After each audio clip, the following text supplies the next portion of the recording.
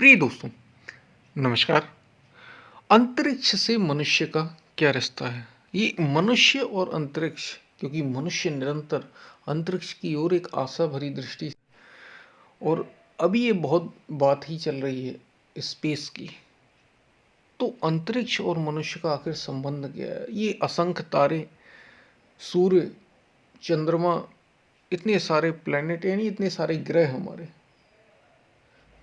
और स्पेस, और ये मनुष्य, इनका आपस में बॉन्ड क्या है, रिलेशन क्या है, इसी पर हम वीडियो में बात करेंगे। बड़ा कीमती वीडियो है, आध्यात्म से ही जुड़ा है, जीवन से भी जुड़ा है, और समझ से जुड़ा है जीवन की। इसी पर हम बात करेंगे। उससे पहले अगर आप चैनल पर नए हैं तो सब्सक्राइब भी करें।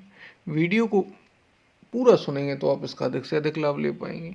और अब आप मेंबर भी बन सकते हैं यूट्यूब के, जिसमें हम गीता पर, आध्यात्म पर और गहरे तरीके से बात करेंगे। तो उसे भी आप ज्वाइन ज़रूर करें। पसंद आए वीडियो तो लाइक भी करें, शेयर भी करें। हम चलते अपने वीडियो की तरफ। अंतरिक्ष और मनुष्य का आखिर संबंध क्या है? स्पेस का, यानी अगर हम आध्यात्म की एक तरीके से भाषा में बात करें तो ये सारा ब्रह्मांड, ये सारा ब्रह्मांड ही, इसका ये यूनिवर्स, इसका मनुष्य से इतना संबंध क्या है? क्या है हमारे बीच रिलेशन? क्योंकि हम तो एक जीव के रूप में,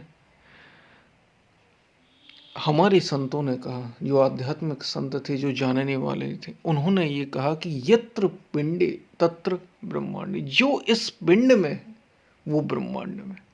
अंतरिक्ष में अभी ऐसे चल ही रहा है, बहुत बातें हो रही हैं स्पेस की, अंतरिक्ष की। अंतरिक्ष में मनुष्य क्या कर रहा है? खोज ही कर रहा है, निरंतर खोज। ये बाहर की खोज है। और जो आध्यात्मिक संत हैं उन्होंने इसको भीतर खोजा। यत्र पिंडे तत्र ब्रह्मांडे का मतलब ये है कि जो इस पिंड में है, जो इस शरीर में है, वो ब्रह्मांड में। यानी हमारे जो योगी हैं, जो आध्यात्मिक संत हैं, उन्होंने खोजा कि जो सारा ब्रह्मांड में एक एक चीज मौजूद है, वो, चूंकि शरीर भी उसी से बना है, शरीर भी इसी मिट्टी, इन पांचों तत्वों से बना है, तो निश्चित रूप से जो सारे ब्रह्मांड में है वो इस पिंड में भी होगा। और खोजा, और खोजने के बाद ये अनुभव किया कि जो पूरे ब्रह्मांड यूनिवर्स में हो रहा है उसे हम अपने भीतर अनुभव कर सकते हैं। जो वैज्ञानिक, जो साइंटिस्ट खोजने जाते हैं अंतरिक्ष में, तो बड़े, सभी लोग बड़ी आशा से देखते हैं और बड़ी, इसकी बड़ी तारीफ की जाती है। होनी भी चाहिए। बड़ी बड़ी खोजें हो रही हैं बाहर की ओर, और स्पेस, एयरक्राफ्ट्स, रॉकेट, इनके माध्यम से मनुष्य अंतरिक्ष में पहुंच रहा है। लेकिन क्या आपको पता है वास्तविक, लेकिन वो उसमें भी एक कवच के रूप में जा रहा है। वो वास्तव में जो खोज हो रही है वो केवल बाहर की है। उससे आत्मा का, आत्मिक शांति का कोई मतलब नहीं। ये केवल स्थूल लेवल पे है, बड़े छोटे लेवल पे। लेकिन अगर आप यही चीज अपने भीतर खोजें तो आप पाएंगे कि अंतरिक्ष आपके भीतर ही है, और बाहर नहीं है, भीतर है। इसलिए जो आध्यात्मिक संत हुए, जो योग के संत हुए, उन्होंने अपने भीतर खोज कर बीमारियों का, रोगों का इलाज किए। जो बड़े बाहर डॉक्टर नहीं कर पाए वो भी उन्होंने भीतर इलाज किए। योग भीतर का माध्यम है। उस अंतरिक्ष से, ब्रह्मांड से जुड़ने का एक माध्यम है योग, भीतर की ओर मुड़ने का माध्यम है। और बाहर आप मृत्यु से परे नहीं जा सकते। बाहर की जितनी भी खोजें हैं आप इसी में चीड़-फाड़ कर सकते हैं, जोड़ सकते हैं, घटा सकते हैं, लेकिन आप मृत्यु से परे नहीं जा सकते। हमने जो खोज की, हमारे आध्यात्मिक संतों ने खोज की, उन्होंने तो मृत्यु को ही जीत लिया। उन्होंने, उनकी खोज है। जैसे भगवान शिव, जिनको आदि योगी कहा जाता, उन्होंने खोजा और मृत्यु से परे हो गए, काल पर विजय पा ली, मरना ही नहीं अब, इसी अंतरिक्ष को जानकर। इसलिए अंतरिक्ष और मनुष्य का बड़ा गहरा रिश्ता है। हमारे अंदर भीतर ही बार बार उड़ने की आकांक्षा होती, हर किसी के भीतर होती है कि वो मुक्त उड़े, आज़ाद उड़े। ये आज़ादी आपके भीतर जो मौजूद तत्व है ना, वो बंधन के रूप में अपने आप को महसूस करता रहता है, क्योंकि हम अपूर्ण हैं और हम पूरा होना चाहते हैं। और ये उड़ान जो बाहर इतनी पसंद है ना लोगों को, उड़ना, चाहे वो एरोप्लेन से हो, रॉकेट से हो, पसंद है ही, सबके भीतर ये ललक होती। उसका कारण है कि भीतर मौजूद तत्व है, वो आकाश में उड़ना चाहे। तो एक उड़ान तो बाहर की हो गई, इसमें भी आनंद है, लेकिन ये वो असली चीज नहीं है। ये दरअसल भीतर की उड़ान की ओर इशारा करता है कि हम भीतर की ओर मुड़ सकें और आजाद हो सकें अपनी चिंताओं से, कामनाओं से, बंधनों से, काम से, क्रोध से, लोभ से, मोह से। ये वास्तविक बंधन है, इसको तोड़ा जाए। इसीलिए हमारे संतों ने, योगिक पुरुष, जो योगी पुरुष हुए, उन्होंने खोजा और इसको तोड़ा और वे मुक्त हुए। और उन्होंने ये कहा कि मैं तुम्हें ब्रह्मांड का रास्ता बता सकता हूं, इस ब्रह्मांड से जुड़ने का माध्यम। बाहर आप खोज करेंगे लेकिन ब्रह्मांड से जुड़ नहीं पाएंगे, अधूरे, क्योंकि स्थूल रूप से आप चीजें कर रहे हैं, फिजिकल लेवल पर कर रहे हैं, मटेरियल लेवल पर कर रहे हैं।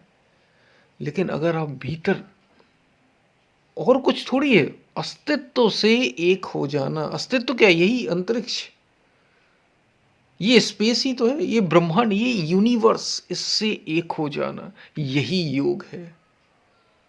इसी को हमने परमात्मा कहा, अस्तित्व को ही हमने परमात्मा कहा। उससे जुड़ जाना ही योग है, यही पूर्णता है। इसलिए मनुष्य और अंतरिक्ष का बड़ा गहरा रिश्ता है। और जैसे स्पेस, अंतरिक्ष अनंत है, वैसे ही जब आप अपनी ये क्षुद्रता का त्याग कर देते हैं, यौगिक विधि से, ध्यान से, आध्यात्म के बल से, जब आप अपनी क्षुद्रता का त्याग कर देते हैं, तो फिर दो नहीं रह जाते, आप अंतरिक्ष से एक हो जाते हैं, आप ही ब्रह्मांड हो जाते हैं। इसलिए कहा ब्रह्म, ये ब्रह्म शब्द वहीं से आया, ब्रह्मांड से ही आया, यूनिवर्स से। जो ये जो शब्द है ना, ब्रह्म, ये शब्द ही वहां से आया। पूर्णता, असीम हो जाना, अनंत। अंतरिक्ष कैसा है, अनंत। और योग क्या कह रहा है कि आपको अनंत हो जाना है, आपको सीमित से असीमित हो जाना है। अंतरिक्ष कैसा है, स्पेस कैसा है, अनंत है, असीमित है, जिसकी कोई सीमा नहीं, लिमिटलेस है। और यही तो योग कह रहा है कि जब आप आत्मा से जुड़ जाते हैं तो आप फिर अनंत हो जाते हैं, इनफाइनाइट हो जाते हैं।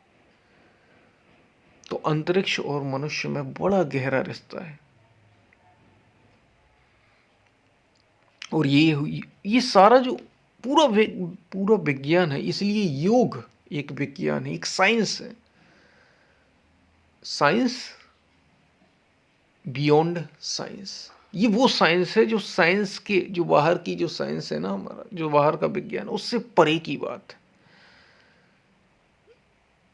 योग, आध्यात्म, ये वो साइंस है जो बियॉन्ड साइंस है। ये जो साइंस है इसके बियॉन्ड है, इसकी समझ के ही परे है। जो आपने बाहर खोजा, जो वैज्ञानिक बाहर खोजते हैं, वो सत्य के जानने वाले भीतर खोजते हैं। और ये बाहर खोज कभी पूरी हो या ना हो, लेकिन भीतर तो हम पूरे हैं ही।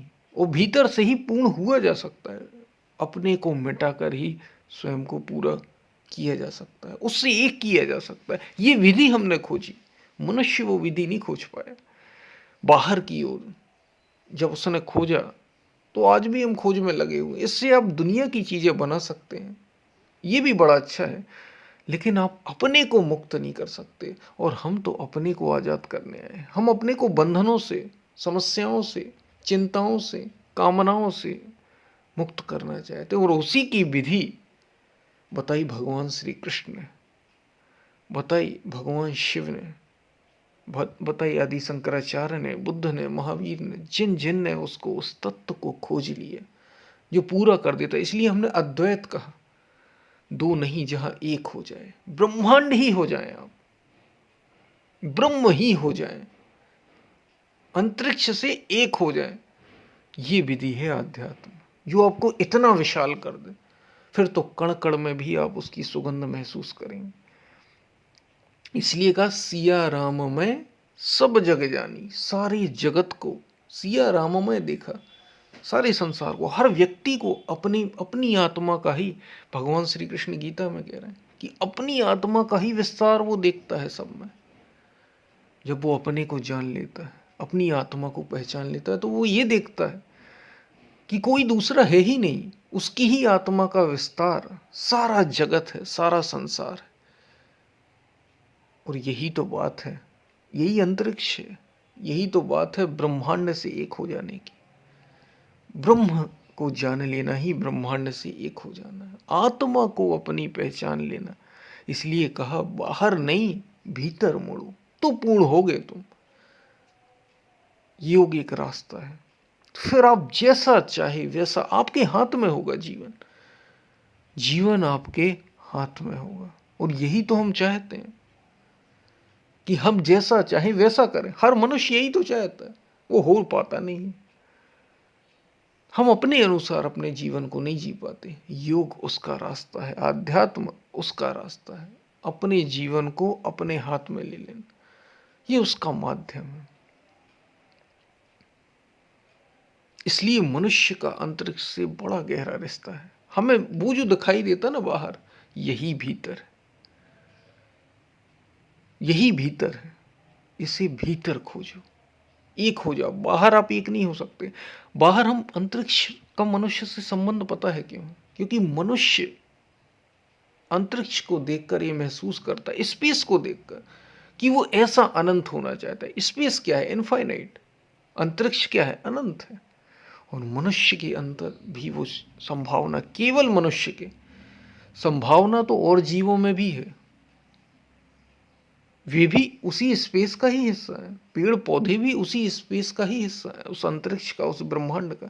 लेकिन उनके अंदर वो तत्व मौजूद नहीं, वे उससे एक नहीं हो सकते, वे समझ नहीं सकते, वे अपने, ये उनके अंदर ये बुद्धि नहीं, ये क्षमता नहीं, प्रकृति ने उन्हें वैसा बनाया ही नहीं। इसलिए कहा बड़े भाग्य मानुष तन पावा।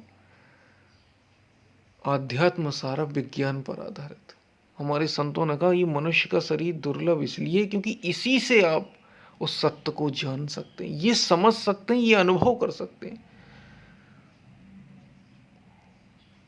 कि आप ही ब्रह्मांड है। यत्र पिंडे तत्र ब्रह्मांडे, जो इस पिंड में वो ब्रह्मांड में, जो जो ब्रह्मांड में ग्रह नक्षत्र हैं, सब कुछ, ये जो प्लानेट हैं, ये जो तारे हैं, ये सब आप अपने भीतर अनुभव कर सकते हैं, पूरे ब्रह्मांड को अपने भीतर अनुभव कर सकते हैं। और यही हुआ भगवान श्री कृष्ण के साथ। जब यशोदा माँ